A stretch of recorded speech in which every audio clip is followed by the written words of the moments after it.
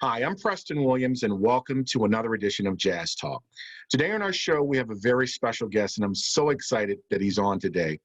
He has been on the scene for over 50 years and has worked with many greats from Herbie Hancock to Wayne Shorter, Ron Carter, Jimmy Heath, Christian McBride, and yes, Thelonious Monk himself. He is a drummer, composer, and band leader. Please welcome to the show, little Rudy Tootie himself, Mr. T.S. Monk.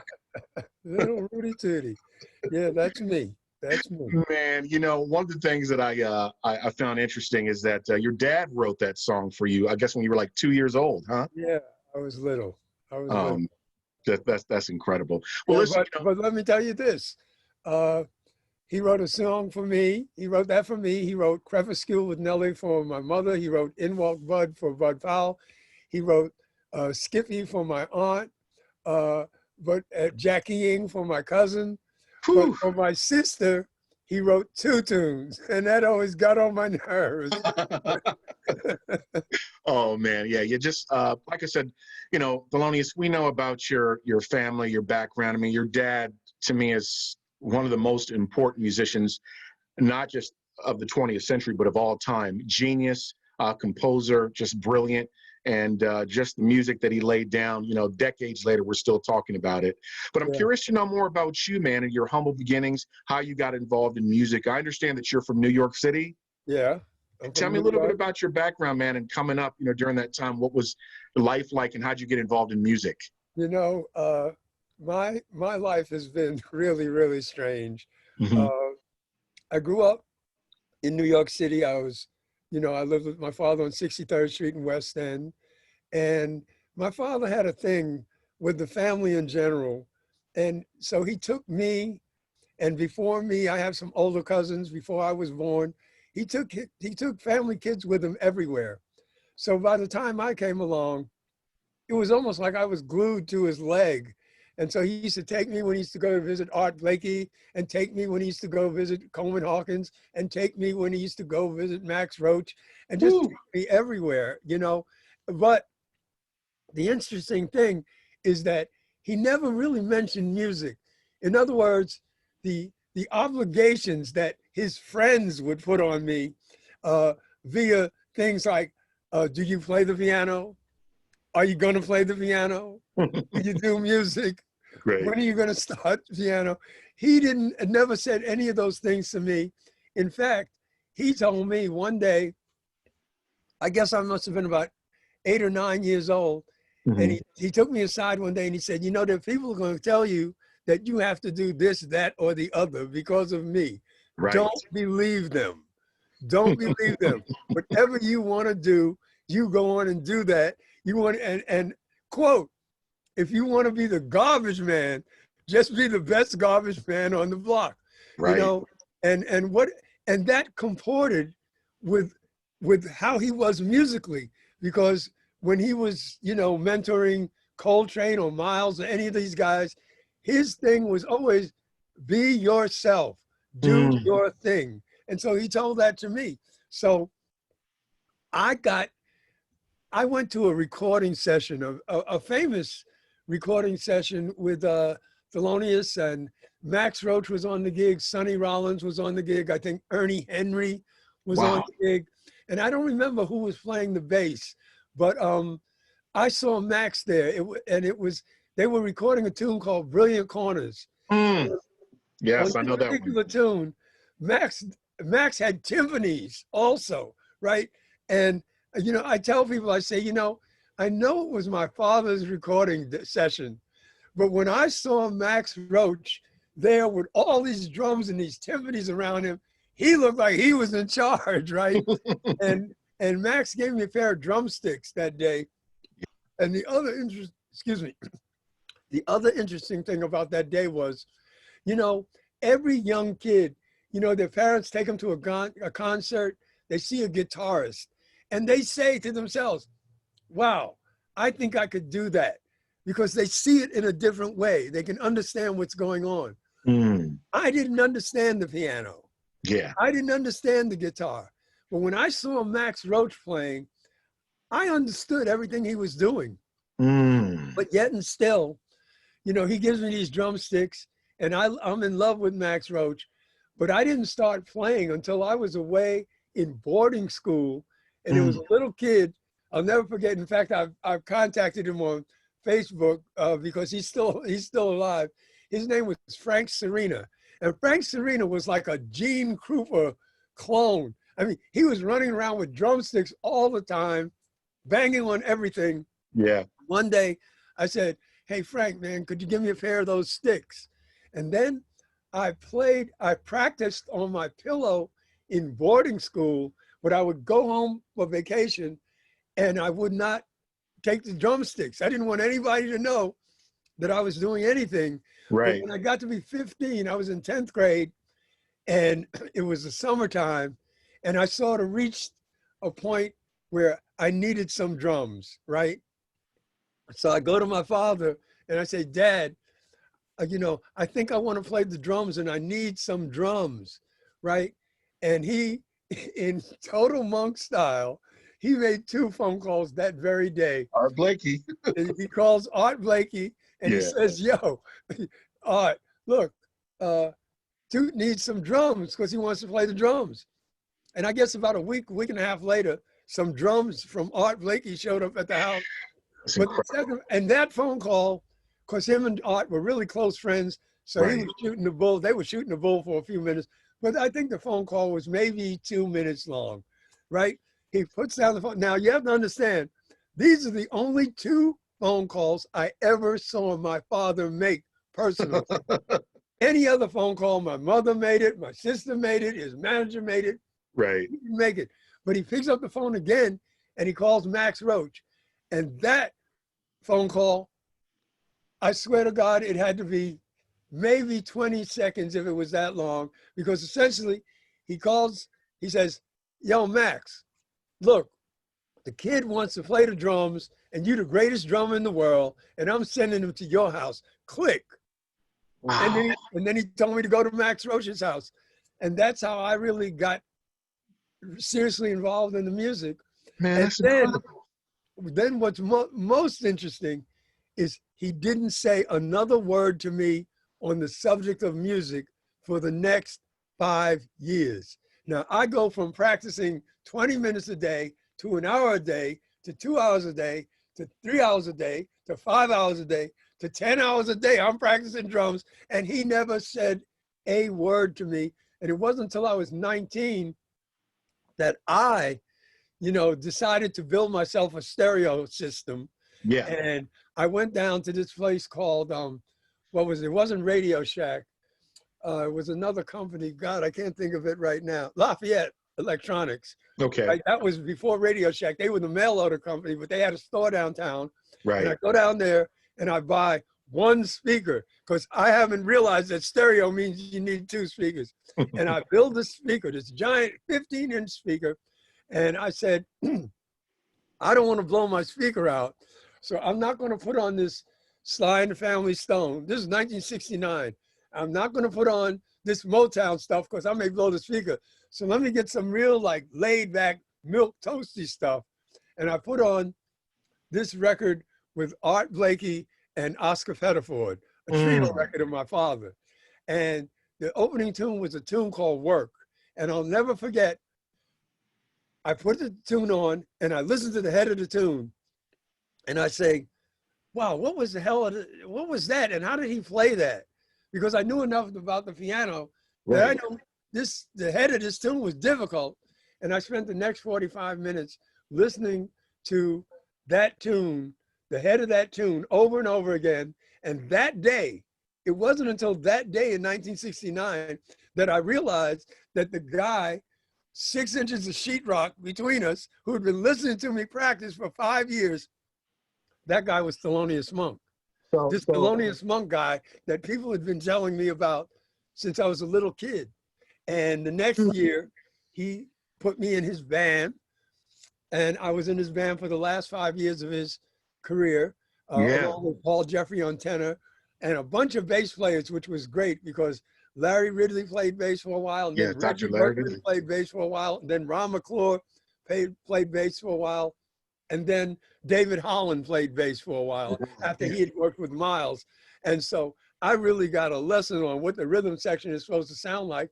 And then my father retired, and I'm part of that Generation X in jazz. We're Yeah. all in our late 60s and 70s now, but when we were coming up, we were not called young lions. We were just young jazz musicians that couldn't find no work. So we all would say to each other, "Hey, what you doing this weekend, man?" Because the clubs were closed and the record industry was a little bit sour on jazz. And so you'd say, "What you doing this week?" And the guy would say, "Well, I'm playing this boogaloo gig," right? Yeah. And that was the first iteration of what we today call funk, right? Right. And all of us went into R&B. Yeah. And if you look at the pedigree of the guys in Kool and the Gang and the guys in the Blackbirds and the guys in the Commodores and the guys in Earth, Wind & Fire, we were all disenfranchised young jazz players, and Yeah. we changed the face of R&B music. Yeah. You know? Yeah. And You know, TS, I was going to go back and ask you, man, gosh, just incredible. So many stories. I was going to go back and ask you, what were those sessions like, man, when you were practicing with Max Roach? And did you even realize during that time, once your dad put you guys together, and maybe now you go back and you look, man, I practiced with Max Roach. What were those sessions like for you, man, during that you know time? what? Let me tell you something. When you hang out with a giant like a Max Roach, people think it's like going to music school. And you go to Max's house and you sit down, he says, "Hey, this is a paradiddle," and you play it like this and that. No, what you do is you get the right to hang. Right. You dig? And so I'd go to the house sometimes and we'd just sit there and he'd be talking about, the autobiography of Malcolm X or something like that. Or, he'd be talking about politics, and then he'd play a little and I'd play a little. And then he'd tell me something conceptually about the way I was playing. But you have to understand, on that level, you know what to do. Yeah. He didn't have to tell me to go home and practice. I knew I had to go home and practice. Mm-hmm. He'd just show me stuff. And then we'd hang out. Max used to take me to, some days we used to go to the auto show at the Coliseum in downtown New York because he liked cars. But it was really about hanging out. And when you talk to anybody, the guys that hung around Miles, the guys that hung around any of those giants, they'll tell you, you didn't talk music all the time. What you got was the philosophy. Right. The philosophy, because jazz is not a technique. That's why Eurocentric musicologists have never been able to bottle it the way they'd like to and put it in school, because it's really about a philosophy. Jazz is a philosophy. It's, it's the same 12 notes as European classical music. Yeah. Where's the difference? And it's the same techniques are used to play European classical music. So Right. What's the difference? The difference is the philosophy. The difference is the approach. And I realized that I was learning the philosophy from those days when I was hanging on his leg, going to, Coleman Hawkins' house at 4 o'clock in the morning, Right. and sitting there listening to what they talked about. It was all about the philosophy. And that's really what I got from my father gave me the ticket to hang out. Yeah. And so I hung out, and that's how I became a jazz musician. There were no conservatories. In fact, when I first started my band, a great pianist in my band was Ronnie Matthews, Mm-hmm. who unfortunately passed away. But Ronnie Matthews went to music and art. And he said, in order to play jazz, they had to go down to a third basement level, right? Sneak down there and play some jazz, because if the European musicologists upstairs knew they were playing jazz, they might get expelled. Yeah. So there was nowhere to learn this music but for the African tradition of hanging out and somebody telling you about it, word of mouth. That's how it works. And that's how I learned the music. And so I got into R&B music, and the next thing, and now you have to remember, this is a guy that's been practicing drums, since he's 15, all day, every day, and I get a hit record singing. That was ridiculous. Yeah, TS, I wanted to go back even before you even started that. You toured with a group called Natural Essence or something like that? Natural Essence. Yeah. We were a local band in New York City But the funny thing is that we were all part of a crew, and the crew included Noel Pointer, it Mm, included Angela Bofield, yeah, it included Onaje Allen Gums, a great bass player Alex Blake, great yeah. drummer Buddy Williams, uh, a gentleman that has been the director of the Brooklyn Conservatory of Music, Earl McIntyre, and we did it at a studio that was owned by Walter Booker, who was the bass player for Cannonball Adderley.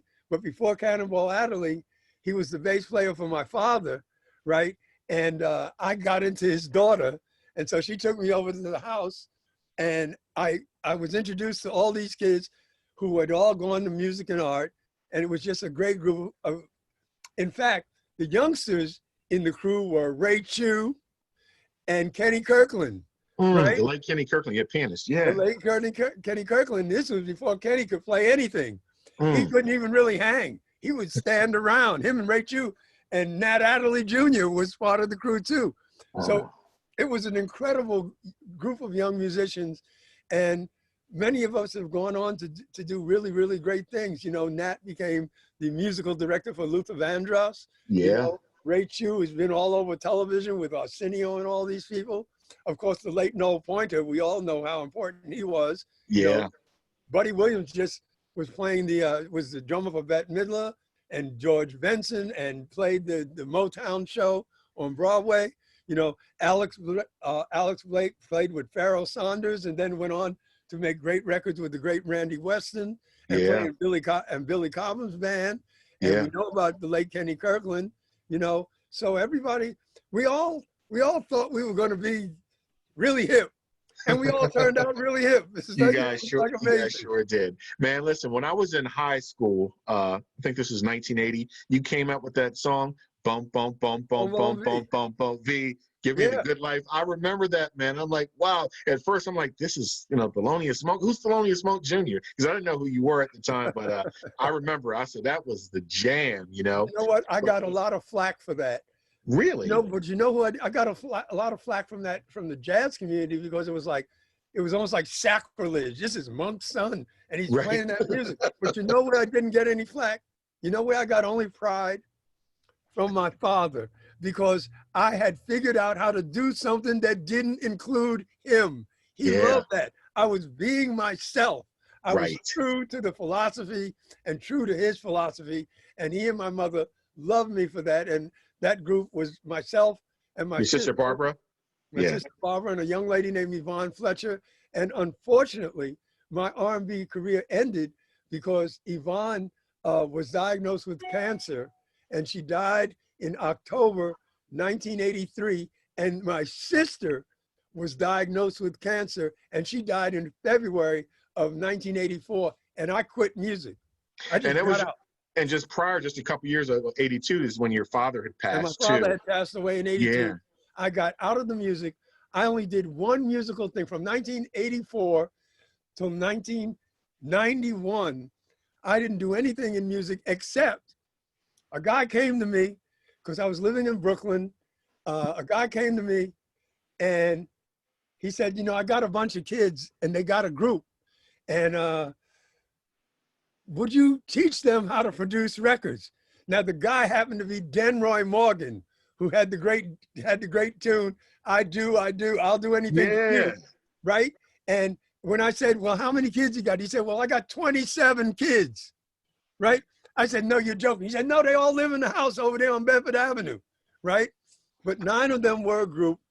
And I spent the next year mentoring these kids, took them down to my basement in Brooklyn and taught them how to produce records.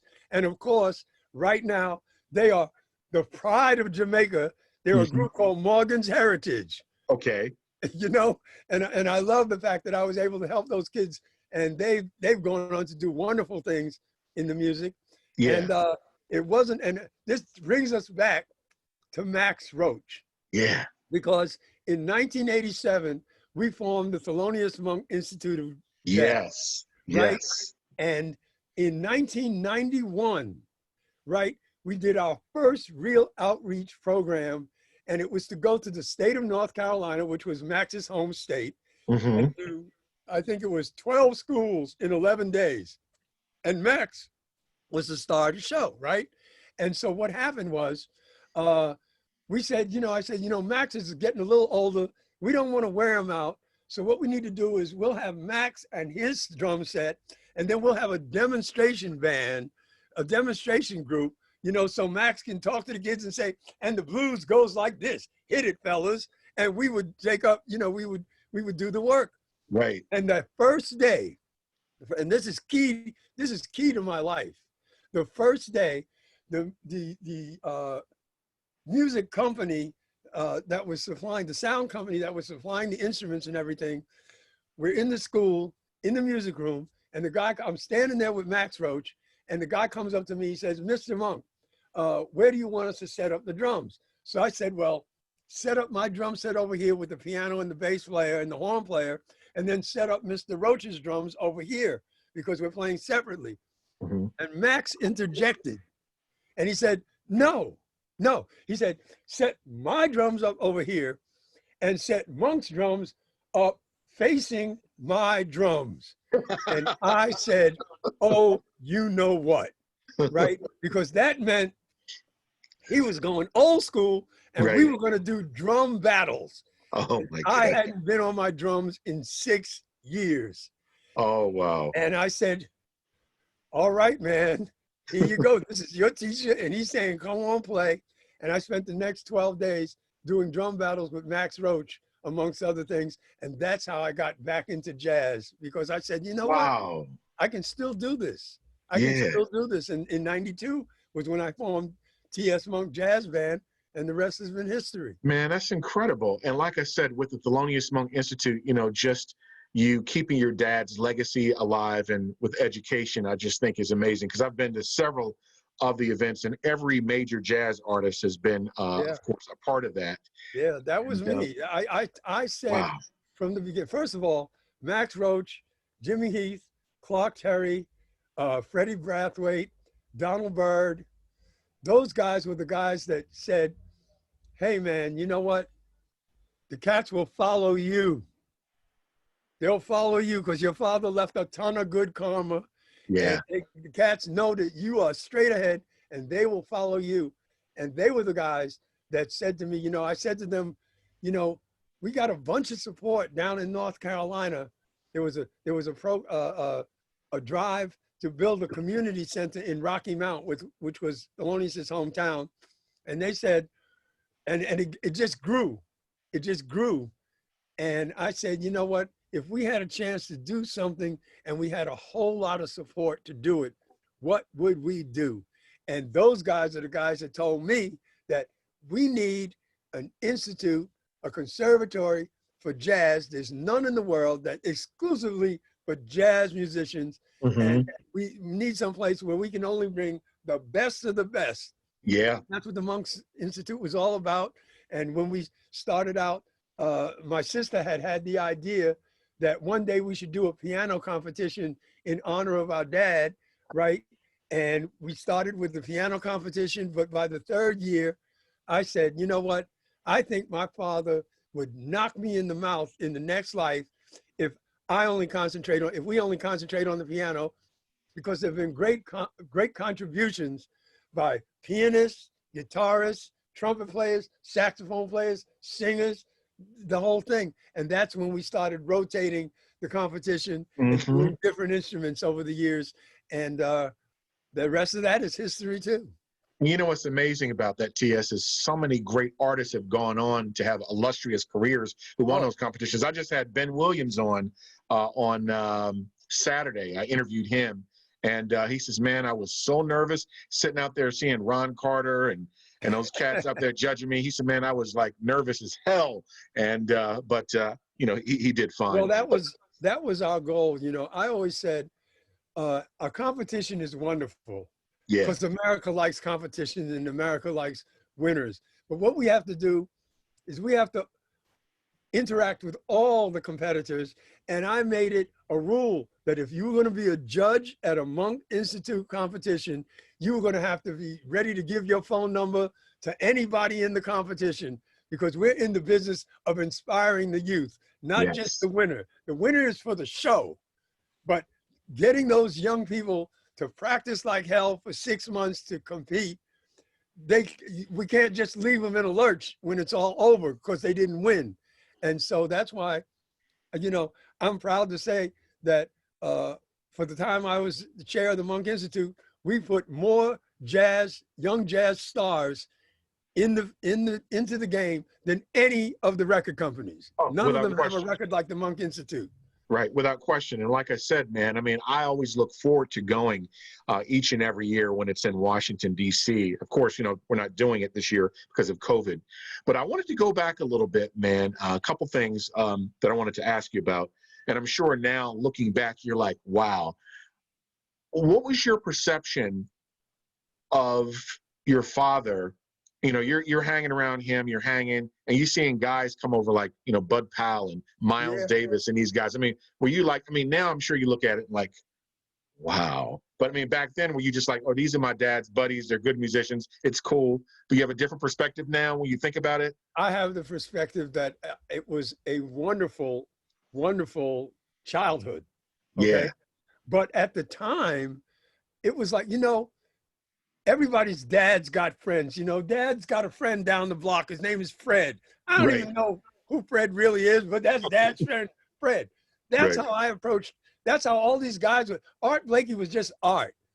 Right. John Coltrane, I didn't even know his first name was John because all my father called him was Coltrane. Right. You know, Max Roach, Sonny Rollins, all these guys would come by on a really regular basis.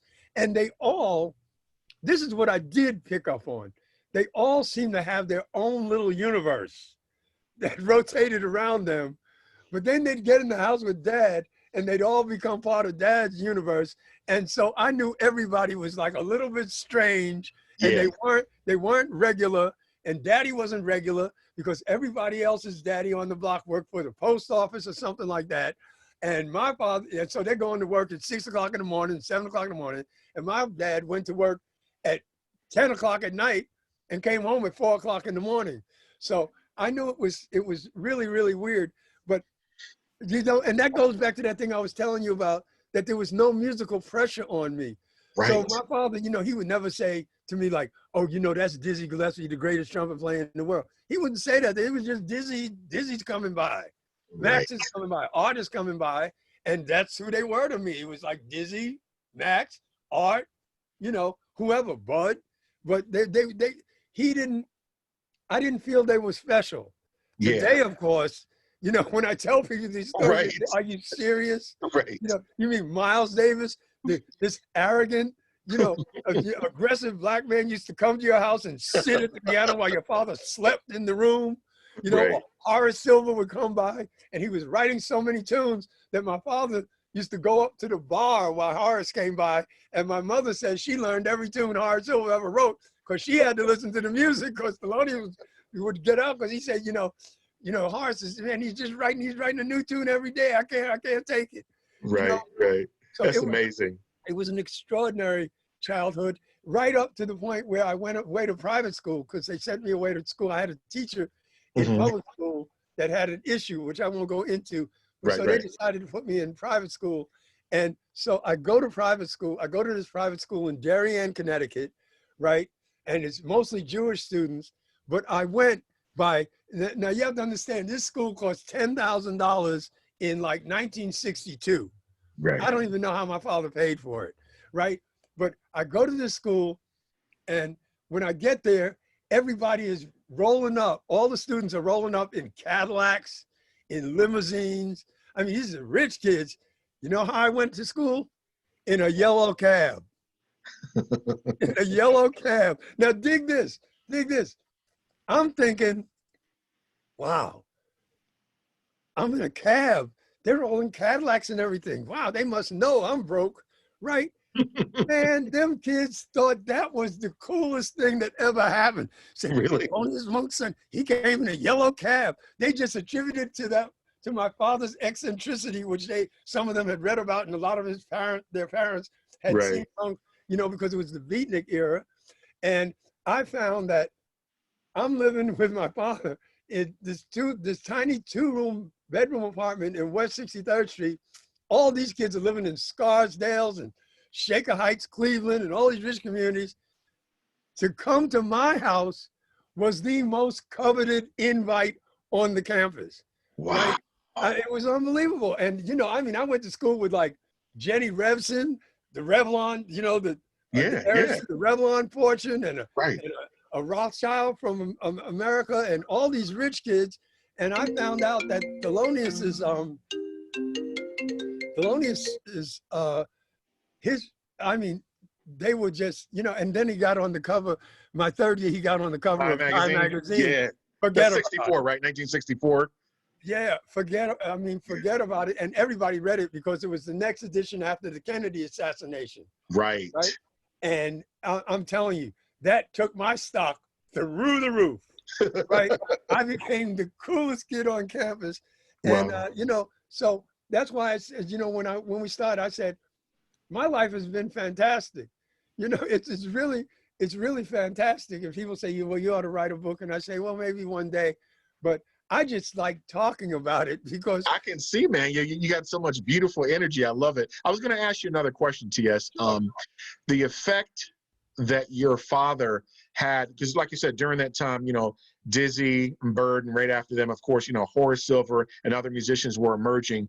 But your dad, for instance, the effect that he had on Coltrane, I mean, the late Jimmy Heath said when Coltrane got with Miles, Miles opened him up. But when he got with Monk, harmonically, Monk really opened him up. He says Coltrane probably would not have been the horn player that he became had it not been for Thelonious. And people talk about those legendary concerts that they were doing at the Five Spot back in the mid 50s. He said, man, if you could have been down there during that 6-month engagement, he said it was incredible. And he said everybody was coming through there to check out Monk and Coltrane. But wanted to ask you about that recording that they found a number of years ago, the Carnegie Hall one with your dad and Coltrane.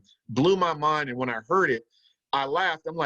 I said, Thelonious Monk really is a genius. I said, this man started a concert with a ballad. Yeah. Who does anything like that? I know. You know, nobody else could pull anything off like that except him. But just an incredible recording. And just, you know, when I think about your dad, not just genius, but just so eccentric, his style, the way he dressed. I mean, everybody wanted to start wearing hats like Thelonious Monk because nobody dressed like him. And he was so cool. The music would be jamming and he would just get up from the piano and start dancing. I said, this guy is just, this is the epitome of what cool is. This guy is so cool. You know, I will say this. People call Thelonious Monk the high priest of bebop. Oh, without question. And I say, you know, the high priest is the high priest. Bird was the king of bebop. Yeah. And Dizzy was his court jester, and Thelonious was part of that. But when you listen to the guys that he really had an impact on, yes, right, which is Miles, which is Coltrane, which is Bud Powell. Yes. Well, what did Miles Davis do? Miles Davis brought in the birth of the cool and then expanded the music all the way into rock and roll. Yep. And what did Coltrane do? Coltrane changed the whole improvisational matrix of modern jazz. And every piano player in jazz in the world plays in the style of Bud Powell. And I said, Thelonious was in fact the high priest of bebop, but Thelonious was the father of modern jazz. Without question, yes. Without question, you know, and when you take tunes like Epistrophe, yes, opened up the whole modal thing for Coltrane. You know, when you listen to his compositions, what Thelonious did was he brought, bebop was locked. It was under lock and key because bebop was based on standard repertoire that had preceded those guys. And so what Bird and those guys were doing, they were taking tunes like Just You and Me and rewriting a new melody on top of those changes. What Thelonious did was he brought a new harmonic alphabet to the game. Yes. All of a sudden, he opened the door, he unlocked the door harmonically for these cats so they could go, so they could really take their talent and go other places. And to me, you know, I always tell people, yeah, Monk was the high priest of bebop, but he was the father of modern jazz. And no Monk, in fact, I tell people, no Monk, no Parliament Funkadelic. I agree. I agree, no man. Monk, no funk, because what Thelonious did harmonically was he quote, broke all the rules. You dig? So the critics who didn't understand where he was coming from, they would say things like, well, that's the wrong chord, you know? And they would say things like, well, you know, he's playing parallel seconds and all these things, and he's got this augmented chord. You know, he was doing all these things that were breaking the rules. A lot of the things that Thelonious did 200 years earlier would have got him locked up in a tower in Europe. You dig?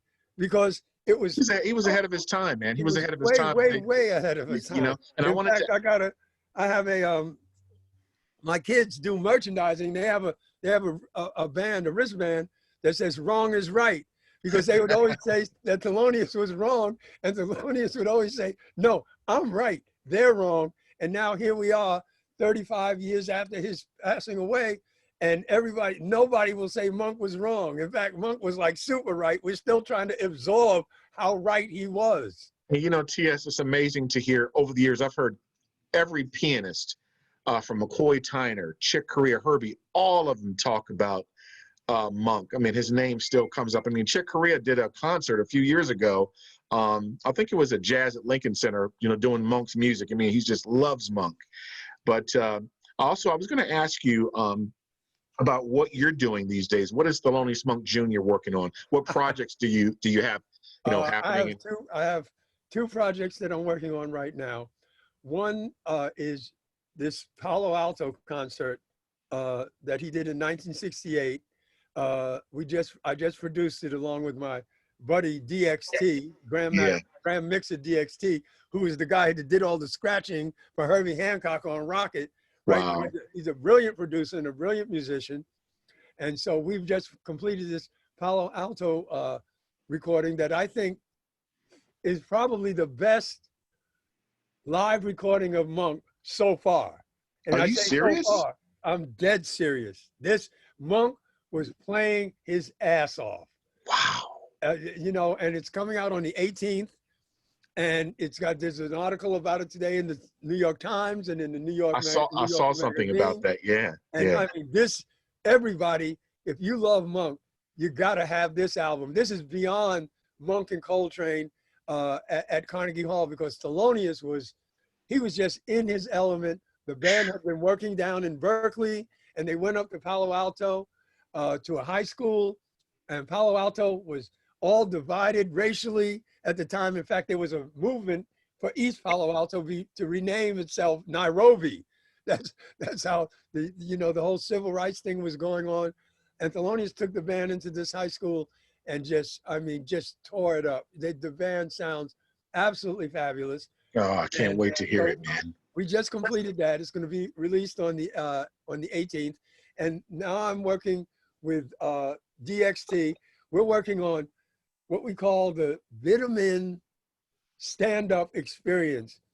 And it's a project where I actually, I do a solo piece. Oscar Brown Jr.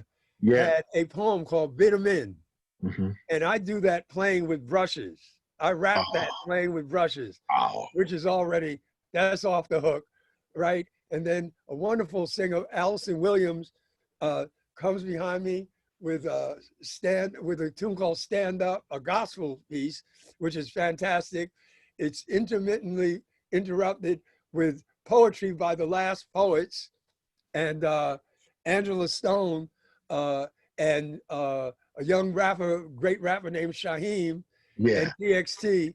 And this is about what's going on right now in America. And if you know Vitamin, you know how raw that is. That's really raw. But America needs to hear, I bought Oscar Brown Jr.'s album Sin and Soul in about 1964, 1965. And when I heard Vitamin, I had never heard what it was like to sell a human being. And that's what America doesn't really understand. That's why America doesn't understand how deep the scars of slavery go in the African-American community. Exactly. So I said, I'm gonna throw this out there in a way that Oscar never had a chance to throw it out there. And we're gonna, we have some wonderful poetry, and it's just a wonderful project. I mean, before I was on the phone with you, I had to cut him off. I was on the phone with DXT and we were discussing all these parts that we're putting together for this project, and it'll probably be out in a couple of months. And Man, it's I gonna can't light up wait. the hip hop community, the jazz community. It's gonna make a lot of white folks very nervous. They're gonna, I don't know what it's gonna do for my career, but you know what?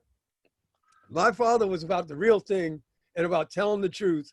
And Right. his integrity, one of the things when people who knew Monk talk about Monk, they talk about his integrity. They talk about his ability to stay focused on what's important. And right now, what's important in this country is that this country come to grips with its history, the Yeah. genocide of the Native Americans and the enslavement of African Americans.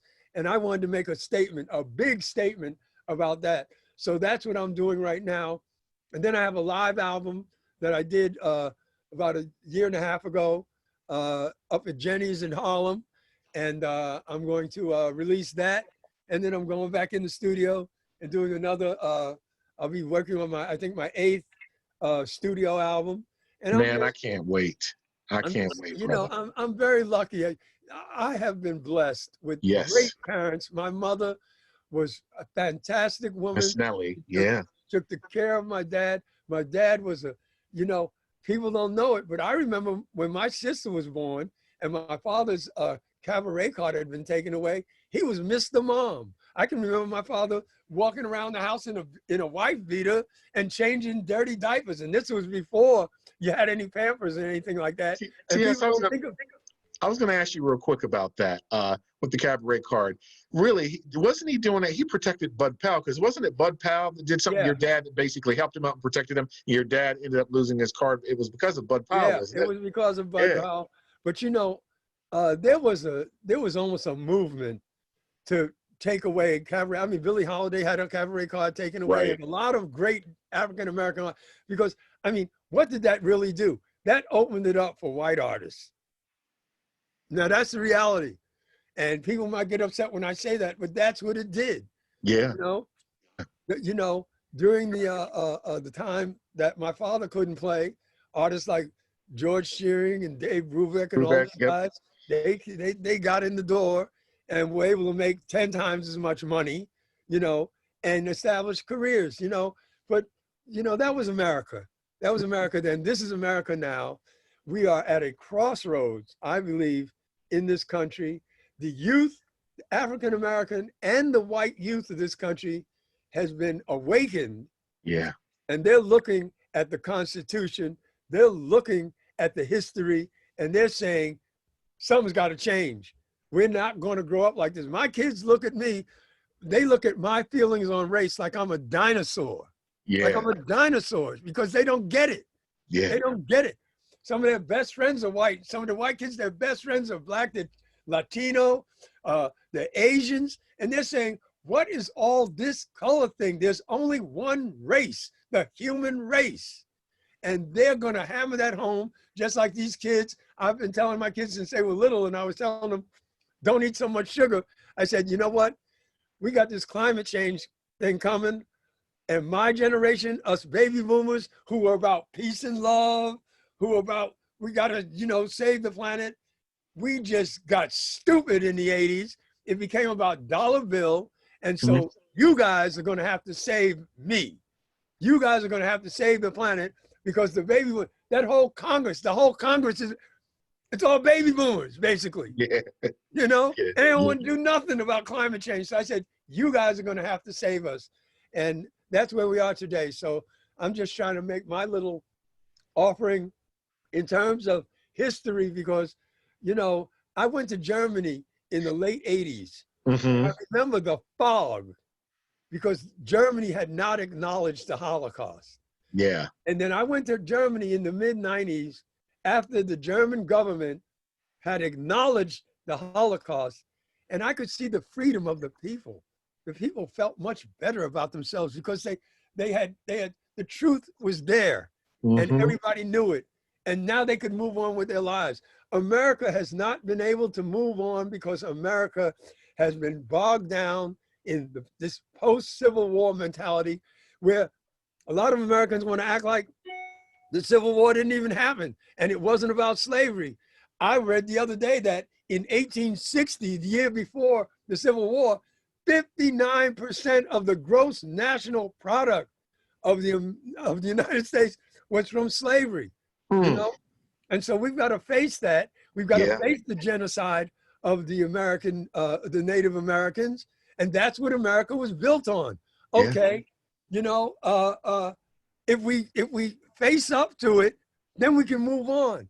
But we've been stuck on this, you know, we've just been stuck running in place because after the Civil War, you know, we had Jim Crow. Yes. We had all the skills because we had been planting the food. We were the lumber. We built America.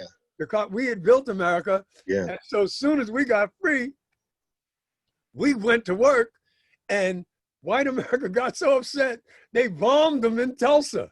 You know, they brought Jim Crow to an end. Excuse me. They brought the Reconstruction to an end, and they brought on this whole Jim Crow thing. And really, what we're dealing with today are the remnants of the Jim Crow era. And I believe we're in just gotta let it go. Some believe we're in a third Reconstruction right now, you know? Yeah. But something I wanted to ask you about is a recording you did in the late 90s, Monk on Monk, one of my favorites by you. That was wonderful. You had everybody on that recording, man. Everybody was on that. And just to hear your interpretations of certain songs, I'm like, this is great. I was just like listening to that this week, but just a wonderful recording. And even about your drumming, man, I love your drumming. I was reading somewhere, I forgot the guy that was talking about you. He says, you know, Monk sounds a lot like Tony Williams. I said, you know what, I can hear that. I can hear it. Listen. Was Tony Williams one of your guys? Not really, because Tony is like, he's unapproachable, you know? And one thing that we jazz musicians learn is that you got to know who you can deal with and who you can't deal with. But Tony was like that. But what's important is that Tony Williams was also a student of Max Roach. Yes, he was. And Max loved him too. Yeah. And Max loved him too, you know? So I think of myself as like a guy who, you know, I've been trying to get in the club. I just wanted to get in the club. After I came out of R&B, I wanted to just get in the club of jazz musicians. And, you know, my first album, Take One, went to #1. And I said, oh, wow, this is unbelievable because the jazz community accepted me. But when I decided to form my band, everybody came to me and said, well, the first thing you got to do is you got to call this one and that one and that one and do a tribute to your father. And I said, no, what I've got to do is I've got to pay my dues.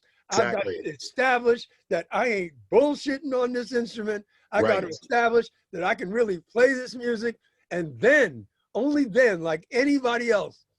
So from 92 to 98, I just worked on building my credibility so that when I picked up the phone in 1998 and said, Herbie Hancock, would you come play with me? Jimmy Heath, would you come do this tribute album with me? All of those people, I wouldn't have been able to do it, except that I established that, you know, they all knew that, oh, Monk ain't jiving. He can swing, and he's got the Monk Institute. He's the real thing. And so they all came on board. And I am very, very grateful for all those people because just like Quincy said, when they did We Are the World, he said, you know, everybody hang your ego at the door, Monk on Monk. Everybody hung their ego on the door and brought their A game. They brought their A game. Everybody did.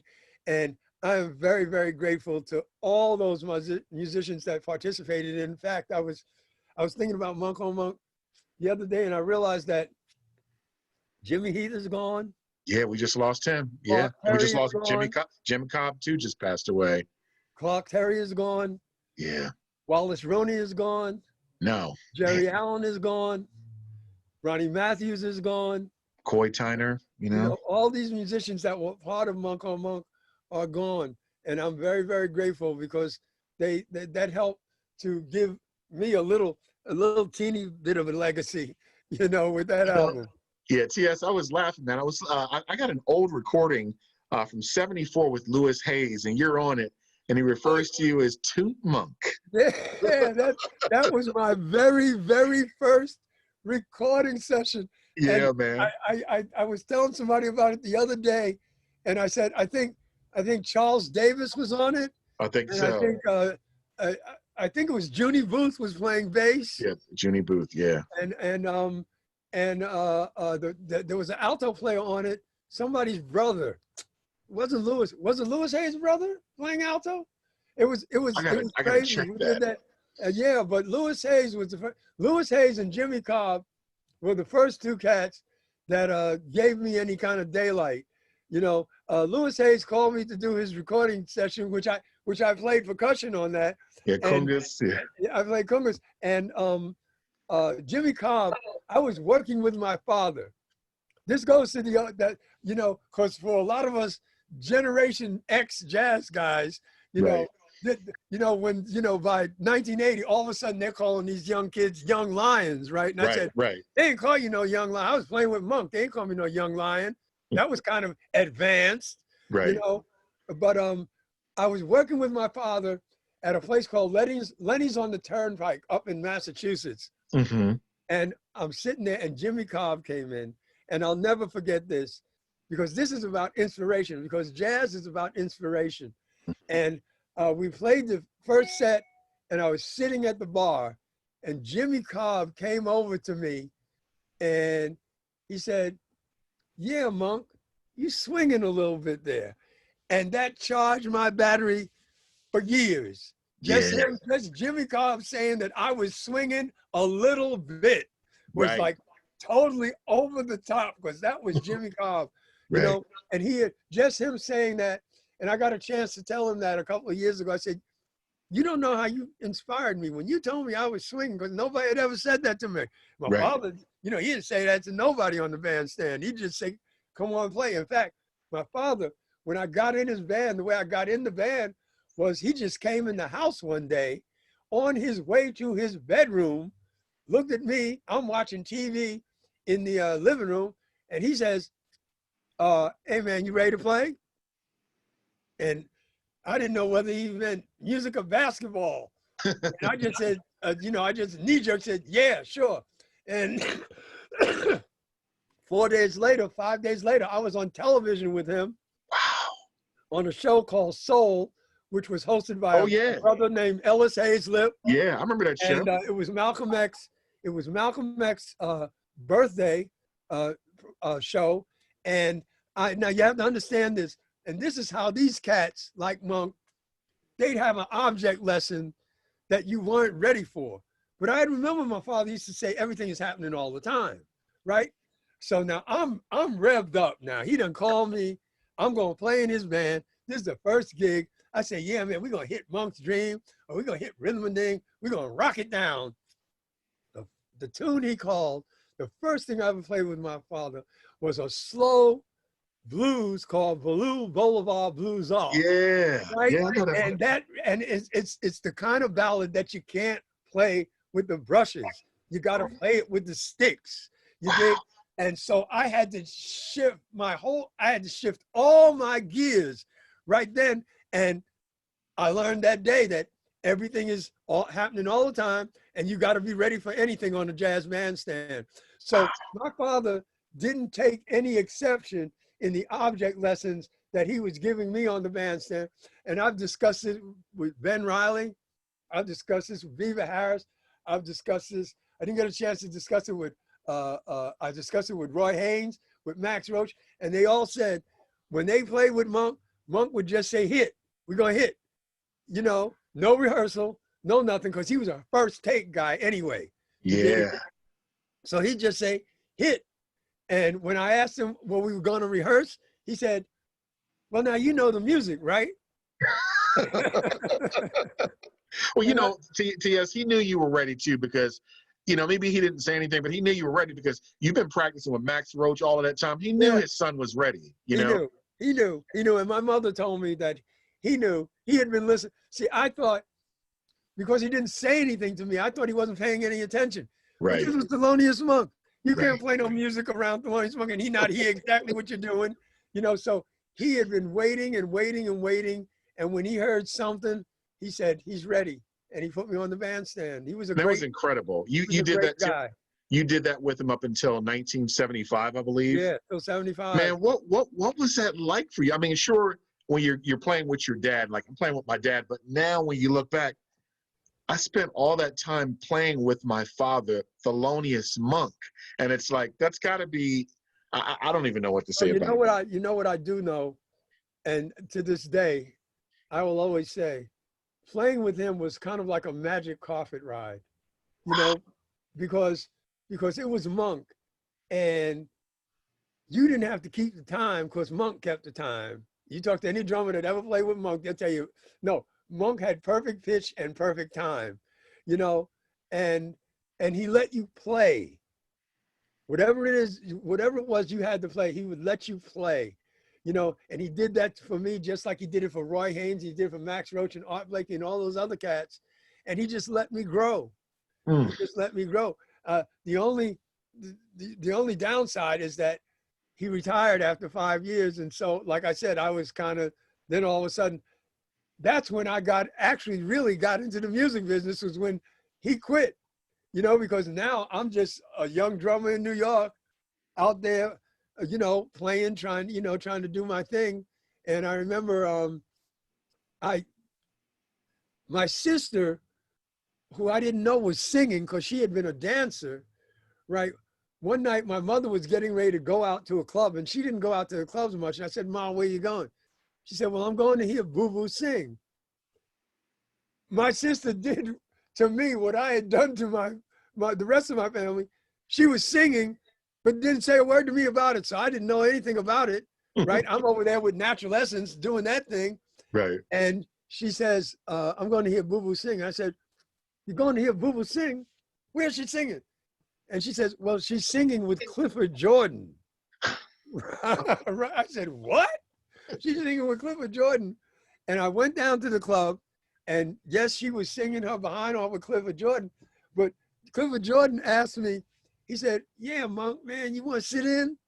So I said, sure, right? And again, here's the object lesson. So he says, well, man, what you want to play?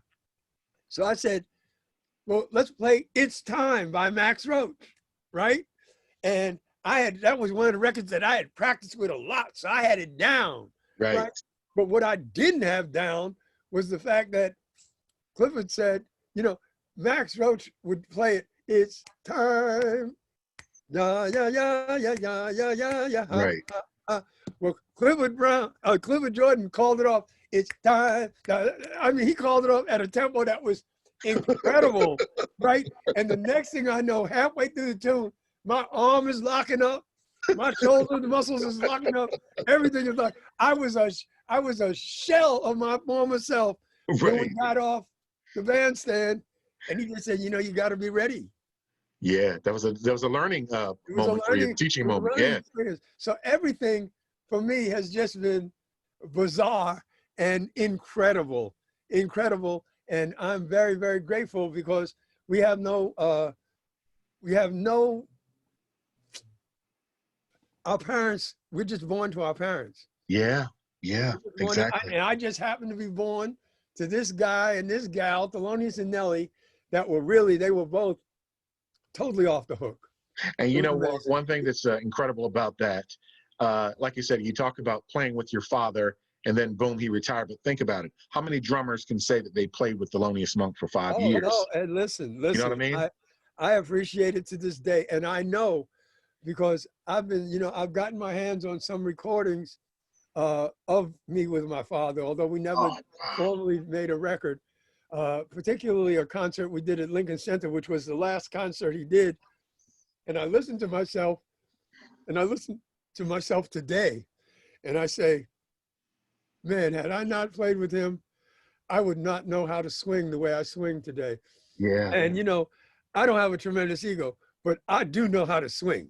Yes, you do, my man. I definitely know how to swing. And that was a result of playing with Monk and playing with all those great bass players and him allowing all of us to play.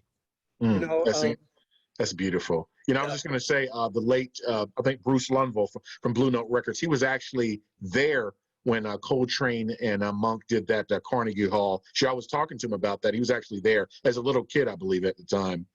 but fantastic. Listen, man, it's And been a let me tell you something about that recording too. That was recorded by the Voice of America. and it was recorded so well too. The Recorded sounds. wonderfully. But well, what you hear is the restoration job that was still recorded on. It was recorded on a 1/4 inch, what was called dual mono track. And Oh, me and DXT actually spent almost a month restoring that recording to what you hear now. It's the same oh, thing. It's the same thing we did for Palo Alto. But Bruce Lumbaugh was incredible. He signed me to Blue Note when I started my career as a jazz artist, and that was a great decision on his part, to put that record out. so And what glad had you did. happened was the Voice of America had donated their entire recording collection to the Smithsonian. And it just happened that a guy by the name of Larry Applebaum was the guy who was tasked with cataloging those recordings. But he also was a Monk fan and a Coltrane fan. He was a jazz guy. And he said this little box came across his desk and it said Thelonious Monk and John Coltrane at Carnegie Hall, right? And he knew there wasn't a lot of Monk and Coltrane on the market. And he called me up. He called the Monk Institute and they connected him with me, and he arranged. And I think that's I think there's only been 2 or 3 times that the National Archive has ever released the recording back to the family. Man, let me ask you the recording. Let me ask you this. What were you thinking when you first heard it? Were you just like, wow? I mean, when you first heard it, what When I did first it do heard for you? it, to me, it was validation. Yeah, Because at the time, Coltrane, by the time Coltrane had done, things like Hulu Say Mama and The Love Supreme and that stuff, right. they would interview Coltrane and they'd say, you're kind of like a different guy from when you were with Miles. And they'd say, what happened? Coltrane would say it was Monk. Nobody wanted to believe him. Right. And so when I heard this recording, I said, this is at the height of that relationship. Yes. And this is going to validate what Coltrane had to say, and people will understand that it was under Monk's tutelage that Coltrane really broke out into Absolutely. this cat that became Absolutely. John Coltrane. Yes. So I knew that it was of incredible historical importance. Yeah. It was one of the archive. There's a lot of archival recordings, but there are not that many of them that are truly important. That recording was truly important, Yes, as is this Palo Alto recording, which it's going to fry your brain. He does a version of Don't Blame Me. Wow. It brought tears to my eyes. It brought tears to my eyes the other night when we were preparing it for the digital release. And I listened to him and I said, Thelonious was really a live artist. He made some great records, Big Band and Quartet, Monk Plays Duke Ellington, It's Time stuff he did on CBS.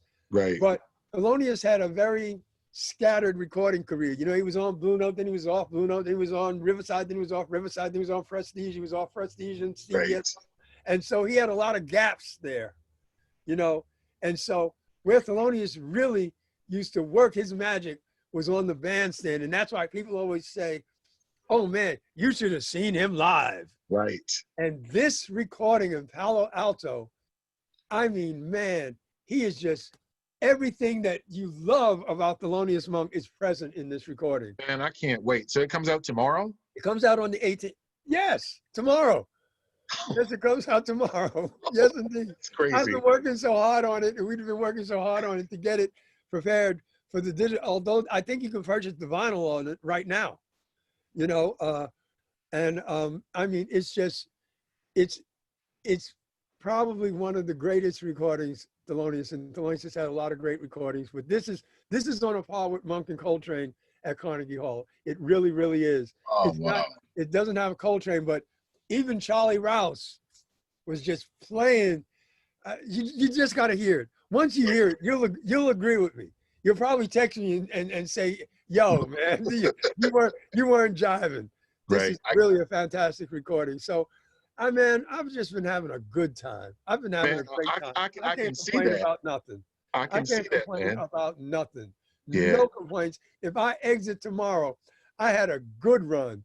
I had I had the nerve to have hits as an R&B artist and come back as a jazz artist, which that's rarefied air, man. That's Herbie Hancock. That's Chick Corea and Wayne Shorter. Very Yeah. few cats have been able to jump genres and be celebrated in both. I was the first R&B awards. I was the artist of the year. Had the record, the new artist of the year, and I had the record of the year with Monk on Monk as a jazz artist.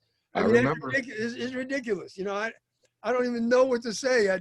What I do is I just put my head back to the grindstone and keep on working it because, the dues that my father and his peers paid for me to make a bunch of money, for Wynton to make a bunch of money, for all these young cats to make a bunch of money, Right. dues were paid for us to be able to do this today. Yeah. Yeah. And like you said, your dad came out of that tradition with the, Jelly Roll Morton, Willie the Lion Smith, James P. Yeah. Johnson, all of those cats, man. And Monk just took it to a new level. But listen, man, I want to thank you so much for being on Jazz Talk. It has been a joy. We may have to do a part 2 to this. It's just been so fascinating. Hang on. It's been a gas, man. It's been a Hey, hang gas. on. You did like my father. You let me play. That's right. You let me talk. You let me talk. It's an honor. But hang on, I'm about to close out the show. Well, you've heard it from the great T.S. Monk. And as the saying goes, if the music grooves and makes you move, it must be jazz. I'm Preston Williams with Jazz Talk signing off. Peace.